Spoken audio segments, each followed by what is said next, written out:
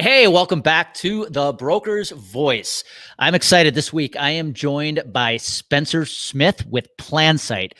But really where I want to go with Spencer this week is I want to talk about his ability of taking a subject like stop loss insurance, which, let's be honest, many of us could feel is pretty boring. And he has actually built a really cool brand about it, which we're going to talk about. So I'm excited to have Spencer on. But before I bring him on, I want to make one quick advertisement for the sponsor of the show, Agency Annex. Listen, if you are an insurance agency and you're looking at your website right now and it still looks like it did 15 years ago, might be time for you to have an upgrade. And I can recommend nobody more than Steve Conca and his team over at Agency Annex. They built my website. I couldn't be happier. In fact, I have put Steve's email address right here. Get a hold of him today. It's time for you to upgrade your website because it's time for you to use your website as that extra salesperson you never knew you had. So get a hold of Steve today. They will build a website that's beautiful. They will build a website that's gorgeous. But most importantly, they are going to build a website that actually talks to your prospect. So get a hold of them today. All right, let's get on with the episode. I'm excited to bring the one, the only Spencer Smith on to The Broker's Voice. Spencer, welcome. Andy, thanks for having me. Good to see you. How are things down in Dallas today? How hot are things down in Dallas today? Actually, funny enough, I checked this morning because Steve Overton, our CEO up in Utah, he sent me a screenshot. It's 100 or going to be 100 plus in Utah. So I checked. We're not going to be quite as hot today, but we started the day at like 85 and are going to venture up to 95. So we've got I didn't know not every location has this, but we always have the temperature. Then it also feels like, because of our humidity. So it's going to feel like 100 plus today. I think that's going to be the rest of the summer. And it's brutal down here. Well, it's supposed to be 98 here today. And we don't have the same issue as you do down south with the feels like and humidity. But yeah, because we're at 5,000 feet, when it is 98, it feels like that sun is on your back. And so imagine. It just gets hot. Anyways, let's talk about Spencer Smith and all things health insurance and the industry itself. A question I love to start with, Spencer, is how in the world did you get yourself in the health insurance industry? Well, I think I hear a common theme amongst insurance folks is that it was accidental, right? I was postgraduate, had a little bit of graduate school, but spent extra time in college because of soccer and didn't know what I wanted to do. So I just started applying to jobs, right? I think it was early stages. I don't think LinkedIn was around 15 years ago. So I was just applying to job boards and those sorts of things and found a job with Liberty Mutual as an insurance adjuster. So they hire kids straight out of school, don't have to have, any experience. They'll train you for 10 days in Boston and then let you run. And so I accidentally started there as an insurance adjuster and of course figured out pretty quickly I don't like arguing with lawyers over settlements for questionable claims, as you can imagine. So made my way over to Benefit Mall after that. And that's really what opened me up to the world of, I guess, insurance, quote unquote. And 15 years later, man, I haven't left. It's kind of crazy. That's interesting. Your path into the insurance did not start in the world of stop loss. No. Where a lot of people probably recognize you today. I want to take a pause because one thing I love about this show is I often get to interview advisors and partners who were athletes, played college sports. Now you played soccer at Drury University, which is up in Springfield, Missouri, right? That's correct. Okay. I did have to look that up. I'm not that smart. Trust me. Well, there's like 1,200 kids there. So nobody outside of the Midwest has ever really heard of Drury. Thinking back to you playing soccer in college, often we are applying things we learned on the field in our business world today. When you look at the sport of soccer and what the lessons you learned, I know you were a captain on the team as well. Any lessons back then that you still use today in how you go about on a day-to-day basis? Yeah, I think there's two big things that I drew from soccer. One was actually earlier than college and high school. Was demoted as a sophomore. I was demoted from varsity back down to JV because I wasn't playing much. I don't think physically I was there yet to be playing regularly at that level. So coach brought me in and sat me down and said, "Hey, Spencer, I want you to go back to JV."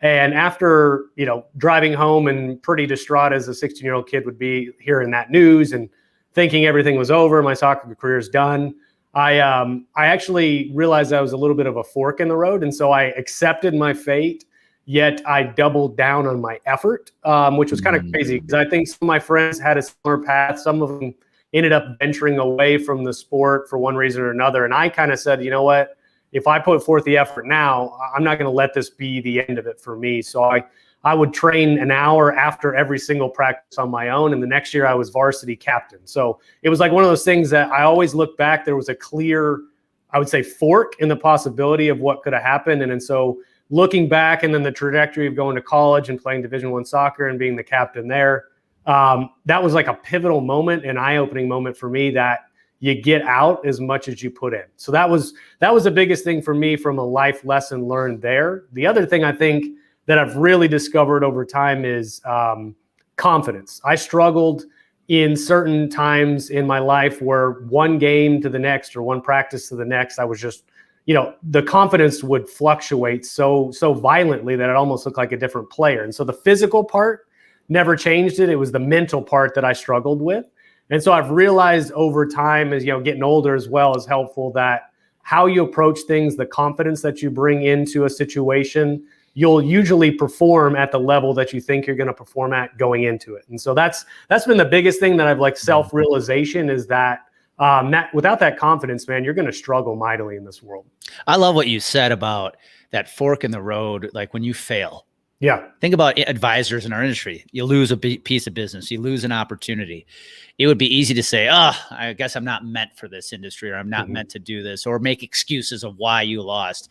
You said, no, I actually said, I'm going to double down on my effort. Yep. And I think, please, if you are listening in right now, write that down. When you hit those moments where you've had a loss with it, whether it's an existing client, a new piece of business, instead of complaining and whining, say, how can I double down on my efforts? That is such good advice. Well, let's talk about branding. That thing is near and dear to my heart. And you have done something with, again, for many, a topic that's just not that interesting, right? Stop loss insurance. We need it. If you sell self-funding, you have to have it. But actually talking about it in a way that's entertaining and has made it really easy for a lot of people to understand. Talk to us about what you've done. It started with video, the whiteboard videos. Why did you start creating those? And what would you tell other people, advisors listening in, who are thinking about doing something similar? Sure, man. I reflected on this question a lot. I think almost everybody that I talk to that's seen those videos ask the why. I don't know if I still have the exact reason, the exact motivation. I think when you look at the timing of it, it was last year around June, July, kind of fully entrenched in the COVID shutdowns and the pandemic. And, we also were coming off the heels of a loss of a client with Plansight. And so we were just scrambling, right, to go, all right, how do we pivot? How do we right the ship?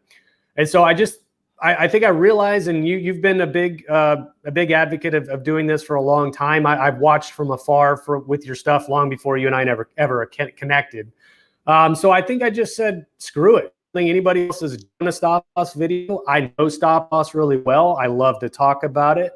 I used to train folks, when I was selling stop loss directly, I'd do CE courses and go train my brokers and prospects. So I just said, you know what, let's try it. It seems to be a medium that works. Who knows what's going to happen? Had no expectation of the outcome. And then after that first video, man, I don't know if it was just, captured lightning in a bottle or what, but it got reshared a number of times. It was like a top trending on LinkedIn.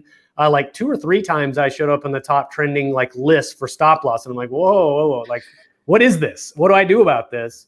And so I figured, well, at least I'm on to something. I don't know if there really is a market for this information, but I discovered, hey, there's a lot of subtopics after I did Stop Loss 101 that, hey, I could talk about ag, I could talk about spec, I could talk about corridors. There's all these things that I could do in little bite-sized nuggets to compartmentalize the training so that maybe I can capture people's attention for 3 or 5 or 6 minutes. And just kept going, man. And then 25 videos later, I kind of put that to bed because I felt like, at least for the time, I exhausted the subject matter. But like you said, I found a little bit of a niche in stop loss education, and lots of people were gravitating towards it and reaching out and saying, I love your videos. I share them.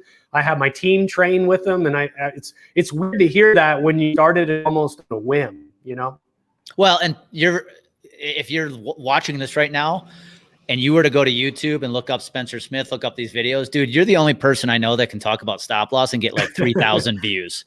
Yeah.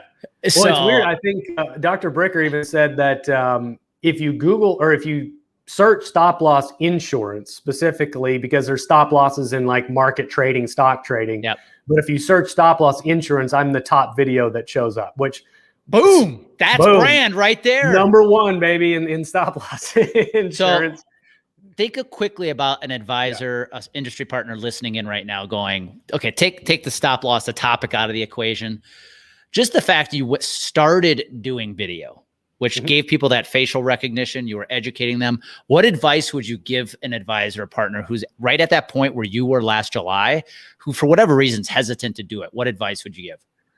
I think the best piece of advice I ever listened to was just simply to do it the first time. There's so many reasons in your head that you'll convince yourself not to, talk yourself out of it. I'm embarrassed to be on camera. What if I overshare? I mean, there's 1,000 reasons not to, but I just figured, screw it, man. I mean, it's part of the brand. It's part of, it's related to my company. And so that's the other thing I would say is beyond that, I sometimes personally just cringe when people sell too hard on their own company and their own videos. It's more, what are you offering? What sort of area of expertise do you have that you can share with the marketplace freely and openly? That's the other thing I would advocate after just taking that initial step and just, there's got to be a leap of faith initially, is just find something that you are an expert on or find something that you think is interesting and share that. But don't oversell or don't heavily push your own product, because eventually I think your market and your prospects will find you. I love that. And, I think a great case study is if I asked you, Spencer, compare video 25 to video 1. Mm-hmm. Probably a night and day difference. Night and day in comfort level in front of camera, like having even the slightest bit of idea of like lighting and framing and sound. And then understanding the medium, I got into editing a little bit with iMovie on my MacBook, and you figured out, I can put some music in, or I can cut some little clips, and don't forget to take a picture. There's certain that are just tips and tricks that I think a lot of people will explain to you on YouTube if you look it up. I just discovered it over time. So yeah, my first one from every perspective outside of, I guess, good delivery on the subject matter was pretty terrible. And I'd be frank about that, but it's still the number one performing video I have to this day. So I guess the audience didn't really care too much. That's awesome. Well, now you've taken the whole stop loss education conversation to a whole new level by starting stop loss with Spencer, the podcast, the audio version of that and the video version. Why that? What was your motivation for starting the podcast?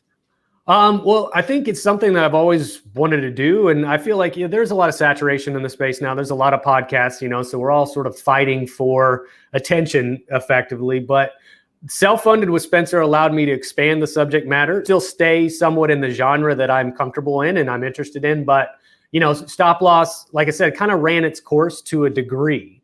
And so now I can talk to brokers, I can talk to vendors and carriers and tech companies. Stop loss still can be part of the subject matter, but it's a lot broader audience as well, a broader guest list that I can invite on. So the podcast medium is just one of the things that seems to be the obvious medium to exploit in this industry. You can do video, like you said, you can do audio only.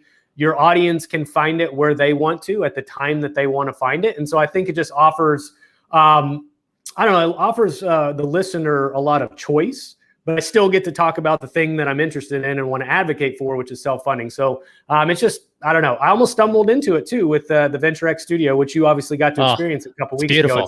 It's brilliant. And it's amazing value proposition we have here. Yeah, no, you have a beautiful podcast studio there at your ready. And, the thing I love about it too is, you're running sales at Plansight. Mm-hmm. You're often talking, you're using the podcast in some ways. Maybe this is not even a motivator for you, but often you're interviewing people who could definitely become very good clients for Plansight. 100%. And all you're doing is you're hosting the party, as I love to refer it. I heard that from Gary Vee, host the party, and you're making the podcast all about them. Yeah, it's an interesting dynamic because I get to step back, right? I get to be the one interviewing people. I'm not the center of attention. It's my podcast, but I get to allow, folks like yourself, experts in certain fields, people I respect, people that are interesting. you have your own table. I used to think I wanted a seat at the table. Now I've discovered when you have your own table, like Gary Vee says, host your own party. I get to invite people to my table and allow them to, run the conversation. I just got to do my job, which is to make those folks look good and sound good and interesting. And it's pretty easy, man. I kind of like taking that step back somewhat. So let's transition here as we kind of head towards the end of the conversation. You have built a brand, as the gentleman kind of at the head of sales for Plansight. You've done it with video, you've done it with podcasts, all two very, very big platforms that have helped me.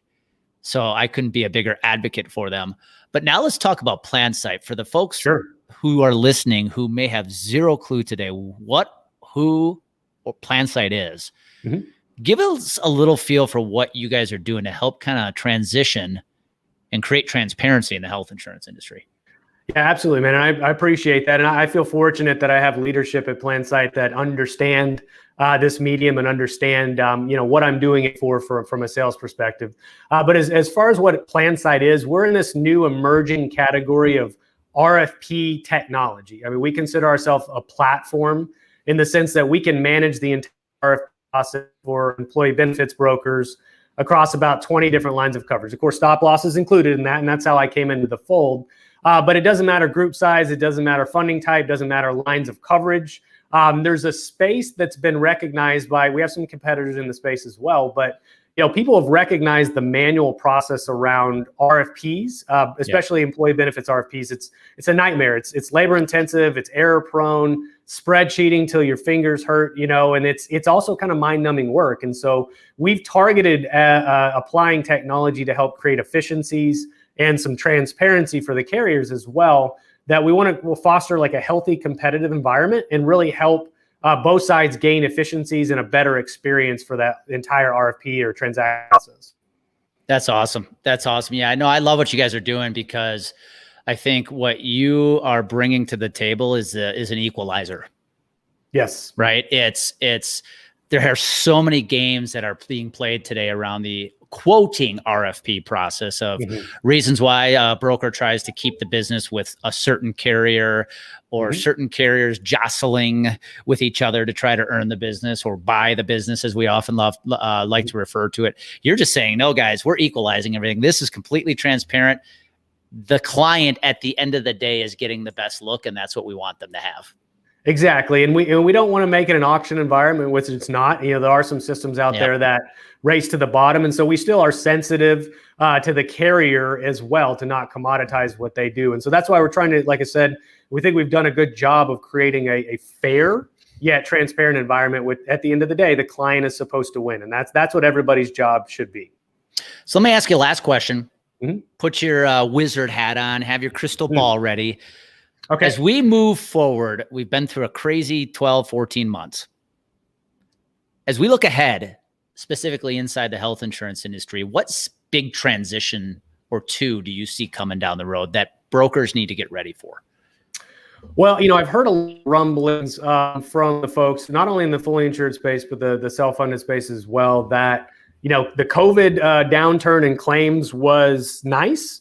But also expect a reckoning probably in a year or two on the other side of that, because of delay of care, people, not going to the doctor, people, avoiding medications and those sorts of things because they didn't want to go and access care. Well, there's going to be a residual effect of that. And I think I think the other side of that is we're finally seeing technology entering into this space and broadly doing so.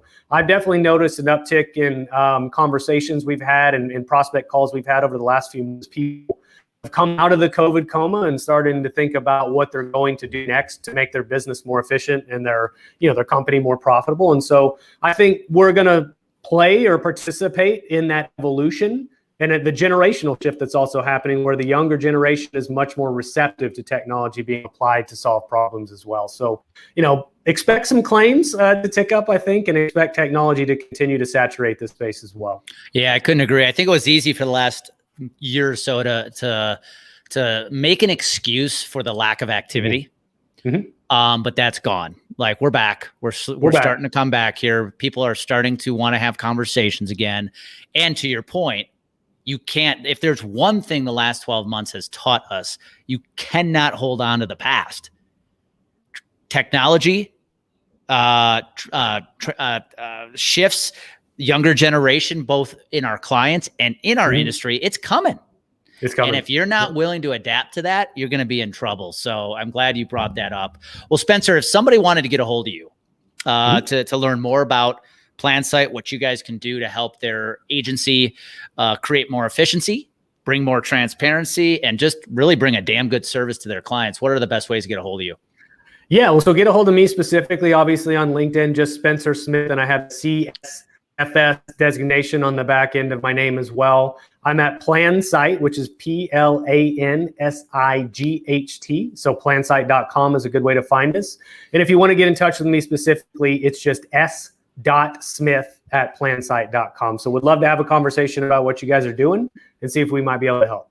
I've got Spencer's email right here. So if you want to reach out, definitely shoot him a note today. Maybe you might even find yourself on his podcast. So Spencer, thank you for this time. What you're doing right now, man, is really cool. What you're doing for the self-funded industry, what you're doing for your brand, just by making that step to get uncomfortable and start doing videos and the podcast. It's fun to watch, man. You're building one little hell of a brand for yourself that at the end of the day is going to do nothing but help Plansight win. So keep up the great work, man. Thanks, man. And thank you for being an advocate for this space. I wouldn't be doing the video stuff without you, man. So definitely understand you're making an impact. All I can do is share my thoughts. It's you guys who are taking the action. You're one of those guys taking the action. If you're an advisor listening in, I hope this episode got your butt ready to take some action, because you know what happens when confidence and clarity collide, massive action happens. Go make it happen today. Awesome.